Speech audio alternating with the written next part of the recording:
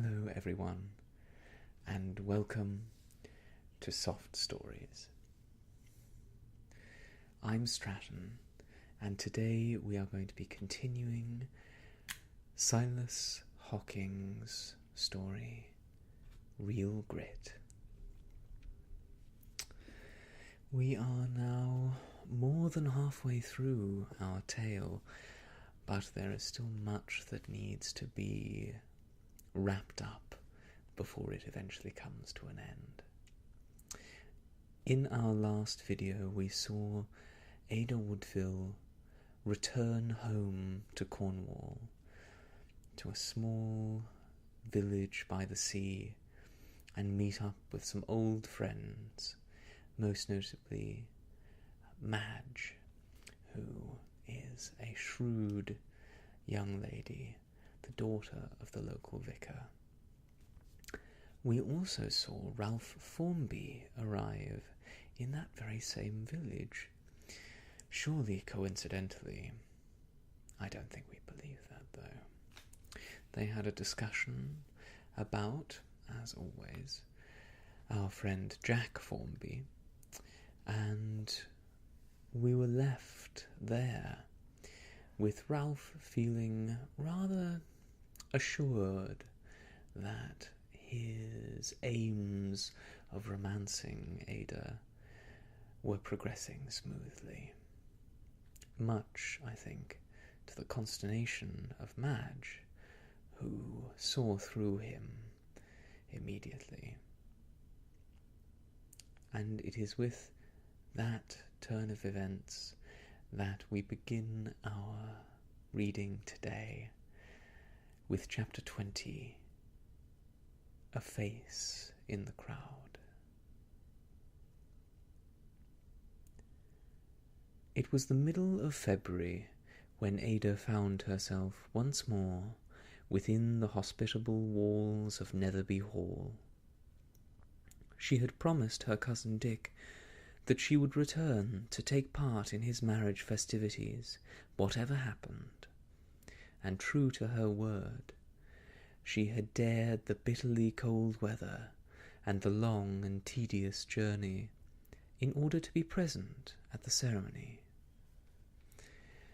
Had she merely consulted her own feelings, she would have remained in Cornwall another month at least, for she felt very little interest in the marriage.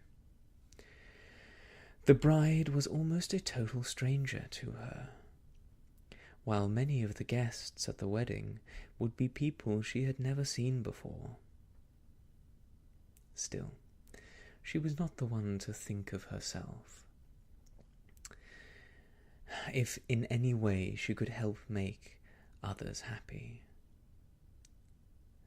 So she quietly pocketed her own feelings and smilingly faced the journey and the cold, and burst, at length, into the drawing-room of Netherby Hall, like a gleam of sunshine, to the delight of all her friends. "Why, Ada, how well you look," said Kate in her own grand way, kissing her affectionately at the same time. "Really, I wouldn't mind going to that odd corner of the world myself, if I thought it would put such bloom on my cheeks as it has put on yours." "You might try it at any rate," said Ada, laughing. "Suppose you return with me after the wedding." "Mother, do you hear the child?" said Kate, turning to Mrs. Netherby. "She actually talks of leaving again before she has got her wraps off." "Oh, I am not particular to a week," Ada answered with mirthful eyes. "Nor to many weeks, I hope," Mrs. Netherby answered. "Really, we have been quite dull without you all the winter, so you must not talk about going back again for a long time." "Oh, very good, Auntie," Ada answered, laughing. "I am quite agreeable to change the subject, and my dress also." And she ran out of the room, followed by Kate and Mrs. Netherby. The next few days were full of excitement and bustle. Everyone had his or her hands full, and no one seemed sorry when the wedding was over, and the bride and bridegroom had started on their honeymoon. "I think we may now rest for a week," Kate said, "and then, I suppose, we shall have to begin to make preparations for the homecoming at Rycroft, and the ball, or the dance, as Dick prefers to call it. That will be much pleasanter than the wedding, at any rate," said Ada. "Do you think so?" Kate answered, looking at her slyly. "I don't think at all," said Ada. "I'm sure of it. A wedding means painful separations and tearful goodbyes, but a homecoming means loving welcomes and happy greetings, and joy that has no sadness to it." "Will there be no sadness in the homecoming at Rycroft?" said Kate, meaningfully. "Not in the homecoming itself," said Ada. "If you mean that sad memories will gather about the place, then I agree with you." "You've never been inside the house, have you?" Kate asked. "I have not even been within the gates," Ada answered. "Oh, it is a beautiful place," said Kate. "Mr. Formby built it when in the full tide of his prosperity, and so no expense was spared. And Dick purchased it just as it stood. Furniture, pictures, everything." "I hope you will be happy there," Ada answered reflectively. "I see no reason why he shouldn't," said Kate. "He has plenty of money, and just enough to do to keep him out of mischief. So what more can he desire?" "There are many people who have plenty of money and enough to do, and yet are very miserable notwithstanding," Ada answered. "Surely you do not speak feelingly," said Kate, with a laugh. "I think you ought to be the happiest creature alive." "I think I'm quite happy as I deserve to be," Ada answered, "but I was not thinking of myself when I spoke." "You are a strange creature," said Kate. "Am I? You are indeed. Why?" "Oh, I don't know," Kate answered, swinging round the room. "I was never good at explaining things, but you do strike one as being so contradictory." "So contradictory?" Ada said in surprise.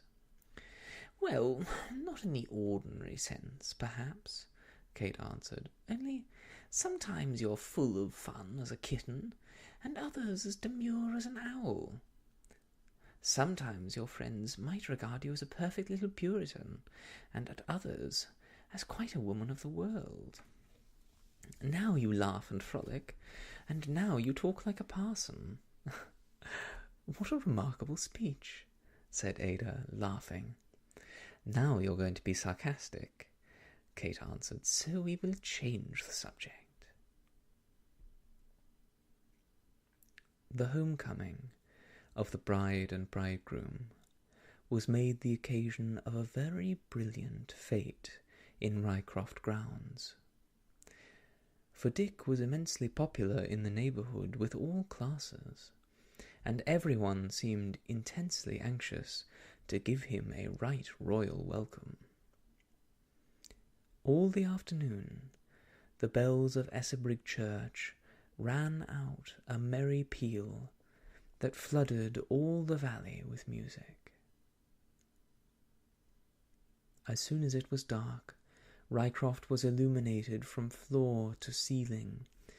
Bonfires blazed from different parts of the grounds, while rockets flared and fireworks sputtered in all directions.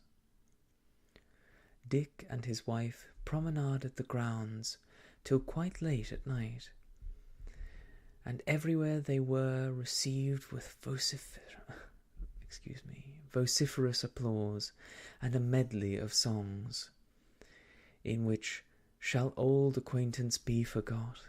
and "He's a jolly good fellow" got strangely and hopelessly mixed.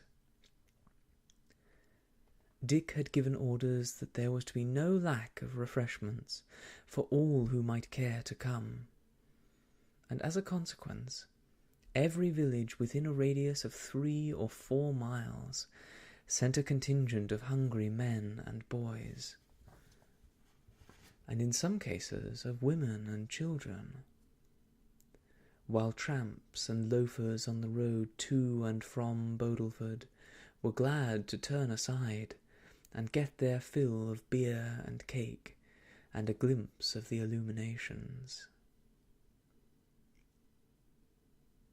As the evening wore away, the merrymakers perceptibly increased, while the laughter became more boisterous, and the shouting and singing more contagious.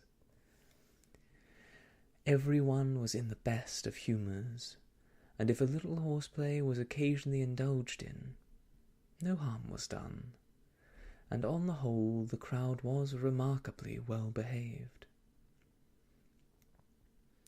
In the glare of the bonfires, their faces presented a curious and striking picture. Nearly all classes were represented, for the guests, who later on were to take part in the dance, freely mingled with the crowd. All ages were there, from the white-haired veteran to the fair-haired child. Women were there with infants in their arms, and fair ladies, muffled to the eyes, came out to see the fun. Kate and Ada were constantly in and out amongst them, smiling on those whose faces they recognized, and now and then speaking to some tired-looking lad. Indeed, Ada had smiles and kind words for everyone, and never did she look more beautiful than when the firelight fell with a ruddy glow upon her cheeks, and sparkled in her clear and kindly eyes. Around the last set-piece of the fireworks, representing the Netherby coat of arms, surmounted by the words "Welcome Home," all the crowd gathered. Ada and the other guests stood on a small raised platform, a little to one side, and in full view of all the others. The spectacle was a very brilliant one, and as the fiery wheels began to whirl and sputter, and the various lights shone out and faded, or slowly merged into some other colour, the enthusiasm of the people broke out afresh, and the song was raised again, "For he's a jolly good fellow." Meanwhile, Ada was intensely watching the faces of the people, for they seemed to her a much more interesting spectacle than even the brilliant display of fireworks. Suddenly, and just as the enthusiasm was at its height, she started and turned deathly pale, and but for the presence of Ralph Formby, who stood close by her side, and whose arm she eagerly clasped, she would have fallen to the ground. "Did you slip your foot?" he asked anxiously, clasping her hand in his. I felt a little giddy," she murmured. "It's the whirling of the wheels," he said. "Shall I take you in?" "No, thank you," she said, with her eyes still turned towards the crowd. "I'm all right again now. Don't trouble about me at all." For a moment he looked at her curiously, then followed the direction of her gaze. But he did not notice what so agitated his companion. For a moment or two later she grasped his arm again and said faintly, "Will you take me in, Mr. Formby? I don't feel well at all." "The excitement has been too much for you," he said. "You will be better after you have rested a bit." Yes, I hope so. Don't alarm anybody. Indeed, I feel better already." And she walked firmly by his side. In the hall she left him, and mounted the stairs without any assistance, saying as she did so, "I shall be all right in a few minutes. Please, go back and tell the others that I was only a little giddy." Once in her room, she plunged her face and hands into cold water, then dropped, pale and panting, into a large chair, and for several minutes struggled desperately with the faintness that threatened to overcome her. When able to do so, she rose from the chair and lowered the lights, then raised the blind of one of the windows and looked out. The surging crowd was still visible, but their faces could no longer be distinguished. The fireworks were sputtering in their last gasp, and the strains of the national anthem were beginning to rise, the signal for a general stampede. Had she felt strong enough, she would have rushed out of the house and into the crowd again, but her legs were still trembling beneath her, and the faintness was not entirely gone, and resting her elbows on the window-sill, and burying her face in her hands, she moaned to herself. What could that face mean? Was it the face of a living man, or the face of the dead? Heaven help me, or I shall lose my reason.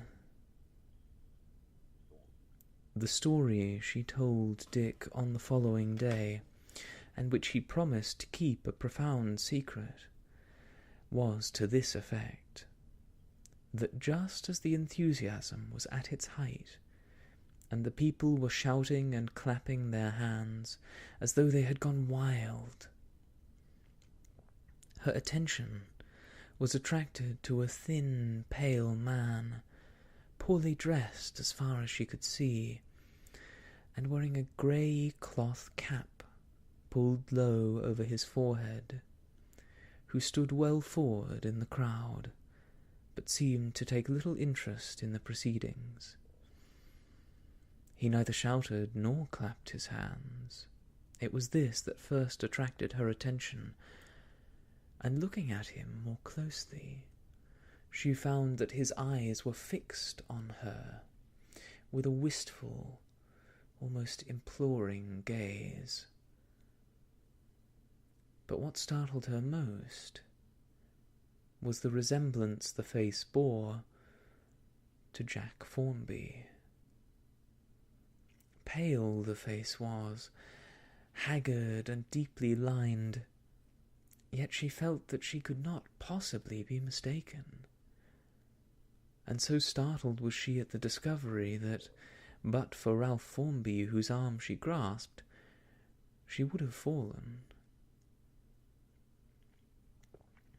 This action the stranger seemed to notice, for she never took her eyes from him, and a frown darkened his face, while he raised his cloth cap, and with his thin hands seemed to wipe the perspiration from his forehead. This gave her a better view of his face, and more fully convinced her that it was either Jack Formby, or it was a ghost. Instinctively she reached out her hand to him, but the light faded just then, and the figure seemed to sink away through the crowd, and when the light flared up again, he was gone.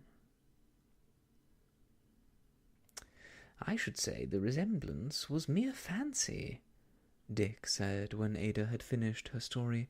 "No," said Ada stoutly, "I am not of the fanciful sort, and if it was not his ghost, it was Jack himself." "Oh, nonsense," Dick answered. "If Jack were living and in the neighbourhood, he would make himself known." "I'm not sure of that," said Ada. "When last seen he was in poverty and in disgrace. Perhaps he has sunk in worse poverty since then." "And in worse disgrace," interposed Dick with a laugh. "No, Cousin Dick, Jack Formby will never disgrace himself," Ada said indignantly. "He may be wrongly accused, I grant you, but if you mean more than that, you wrong him." Dick smiled as he answered, "I never believed Jack guilty, Cousin Ada, and if he is alive, he will come out of the slough on the right side by and by." "Thank you," Ada answered, "but say nothing to anyone of our conversation. Be on the lookout all the same, for I feel certain in my own mind that Jack Formby is living." Dick smiled incredulously, but repeated his promise to say nothing about what she had said, and Ada left him, with a big hope in her heart and an unflinching purpose. "If it is he," she said, "and he is in this neighbourhood, I shall meet him on the hills or on the moors sooner or later. I know his favourite walks, and he knows mine. God grant that we may meet again, and that soon."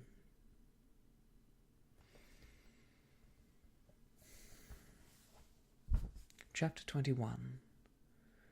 The Patience of Love.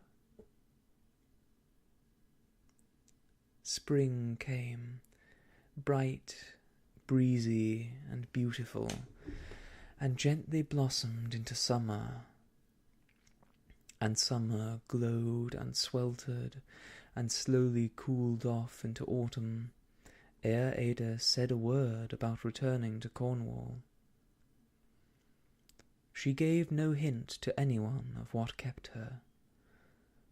Most of the days, when the weather was fine, she was out on the hills and moors, watching, hoping, and half expecting that the face she had seen in the crowd at Rycroft would appear again and set her doubts at rest for ever. But though she eagerly watched and patiently waited, the face never appeared, and the hunger that gnawed at her heart remained unappeased. Yet this constant looking for Jack strengthened and intensified the old love, and more firmly enthroned him in her heart. Now and then she was half disposed to believe that Dick's view on the case was the correct one, that she had been impressed by a mere accidental resemblance, and that Jack, if living, was far enough away. But generally her reason refused to entertain any such theory. "I cannot have been mistaken," she said to herself again and again. It was not a mere resemblance, it was the face of Jack himself, and it is scarcely credible that two people should possess not only the same features, but the same expression. So she argued with herself, and battled with her doubts from day to day. Yet she took no one into her confidence, and outwardly appeared to have no anxiety. Jack's name was rarely ever mentioned, and when mentioned, it was always in that tone and manner that indicated that his death was now regarded as absolute certainty. As a consequence, Ada kept her doubts and fears to herself, and cherished her hopes in secret. She had never been able to make a confidant of Kate, and there was no one else in whom she could confide, even had she desired to do so. Mrs. Dick was a sweet, gentle little lady that soon won the good opinion of everybody, but she was a little too shy to be easily taken into one's confidence. Moreover, she was practically a stranger, and was not likely to take any deep interest in the fate of one she had never known. After their conversation on the night succeeding the ball, Dick never alluded to the subject, while Ralph carefully avoided any mention of Jack's name, deeming it wise to let his memory fade as quickly as possible. And so, with the exception of an occasional confidential to Madge Tregony, Ada was left in this matter entirely alone. On the whole, she was not sorry. She could indulge in her rambles without anyone suspecting her motive or being too inquisitive regarding her movements. Ralph was still a regular visitor at the hall, and was, as usual, politely attentive to Ada. He was rather piqued that he did not make more headway. Indeed, on the whole, she appeared less favourably disposed towards him than when they had met in Cornwall. Still, he was not to be discouraged. On the contrary, he felt certain that with patience and tact he would win the day, and so played his game accordingly. In justice to Ralph, it must be said that he was now genuinely anxious to win Ada for his wife, not simply on account of her fortune, but for herself. It was almost impossible to be much in her company without learning to love her. Not only had she a beautiful face, she had also a beautiful character. There was nothing of the woman of the world about her. She was so genuinely transparent in all her actions that she carried all hearts by storm, and touched even Ralph's selfish nature in a way it had never been touched before. It was quite true that her fortune was still the chief prize, and now almost more than ever to be coveted, since his kinsman from Australia had not yet manifested any strong affection for him, or given him any hope that he would make him his heir. Ada had met this Mr. Formby twice, and had taken quite a fancy to him. He was blunt, abrupt, and even ill-mannered, Kate said, but he was so honestly outspoken, and his voice had such a genuine ring in it, that Ada readily overlooked any apparent rudeness, and was quite disposed to be on friendly terms with him, if he would give her the opportunity. On the occasion of their second visit, Ada had a few minutes' chat with him alone, and in those few minutes she saw more of his real self than ever she had done before. Unguardedly he gave her a glimpse of the kindly heart that beat beneath a rough exterior. And from that day she felt that they were friends, though they had not met since. "Do you believe my nephew and namesake is dead?" he said abruptly on leaving her, and he held her hand tightly, and looked at her with his piercing grey eyes, as though he would read her very soul. but Ada did not flinch. "No, Mr. Formby," she said. "I do not believe he is dead." "No more do I," he answered, then added after a pause, "I suppose he was a sad scapegrace?" "No, he was not," she said with a blush. "He was honourable and true." "You believe in him?" "I do. I have every reason to do so." "Then we must find him. And when found, you two shall not be kept apart for lack of money. Now, don't blush, for I know all about it, and I like my nephew all the better for liking you. It shows his sense. You're a good girl. I knew one just like you 40 years ago. She's dead and gone to heaven. Had she lived, I might have been a better man, God knows, but keep your heart up, for if the young dog is living, he'll be found." And with a hasty "Good evening," he turned on his heel and marched away. Ada had often wished since that he would come again to Netherby Hall or to Rycroft, but whether it was that he felt he was not welcome, or whether he was busy prosecuting his inquiries respecting his nephew, certain it is that the summer passed away without his once showing his face. As the autumn advanced, Ada gave up her rambles, and began to make preparations for her return to Cornwall. Madge's letters had become very pressing, and her descriptions of the woods and downs, in all the glory of their autumn dress, made Ada all the more eager to see her old home again, ere all the glories of the year had departed. It was a great disappointment to her that nothing had been heard of Jack, and that all her watching and waiting had been in vain.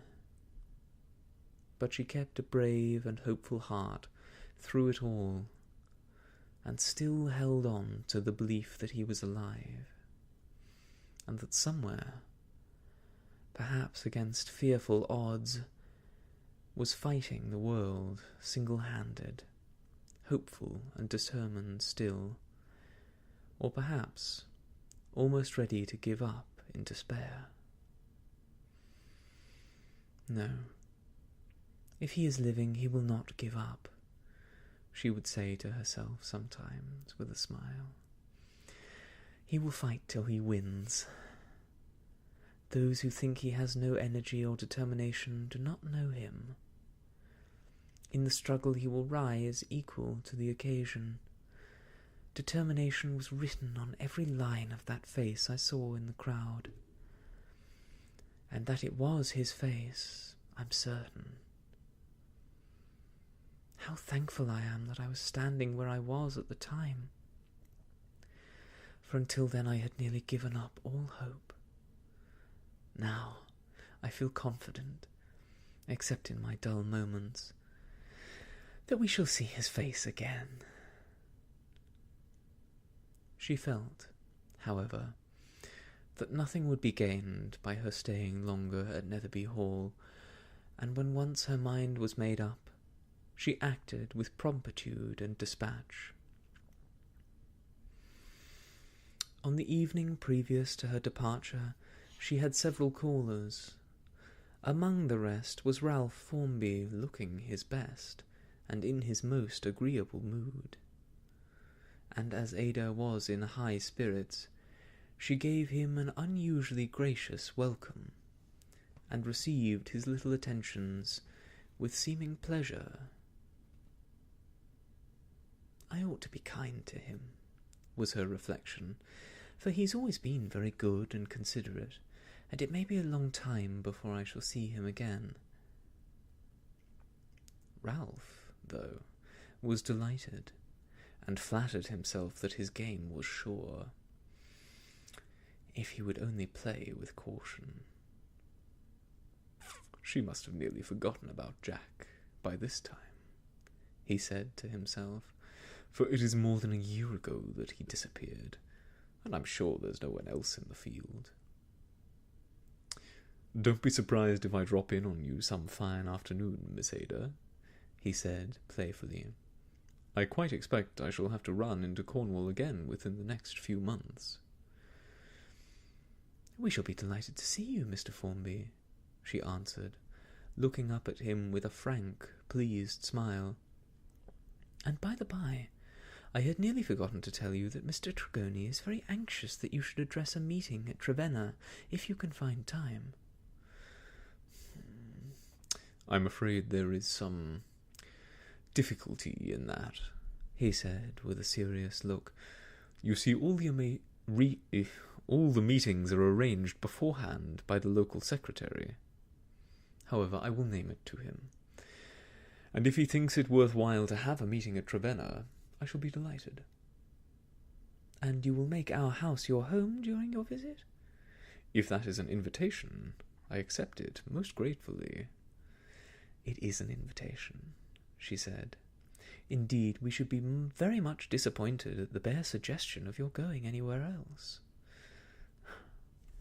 It's very kind of you, I'm sure, he said, stroking his moustache.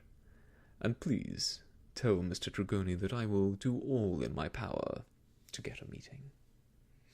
Oh, thank you, she said. I'm sure he will be pleased. And then the conversation drifted away to other topics. 2 days later, Ada was in her old home again, with the music of the sea in her ears, and the breath of autumn flowers filling every room. I've been very happy while I've been away, Madge, she said with a smile. That is, as happy as one can expect to be in this world.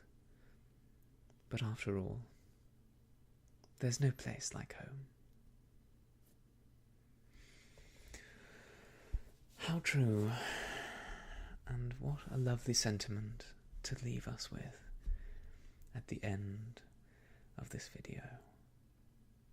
But I hope you will join me again for the next Soft Stories, where we will continue Real Grit and find out what exactly has been going on the other side of the story, whether that was Jack that Ada had seen in that crowd, and what it is that he's been doing with himself for more than a year, as Ralph has said to us. I will be interested to find out, and I hope you will join me to find out alongside. But until then, goodbye, and I wish you all the best.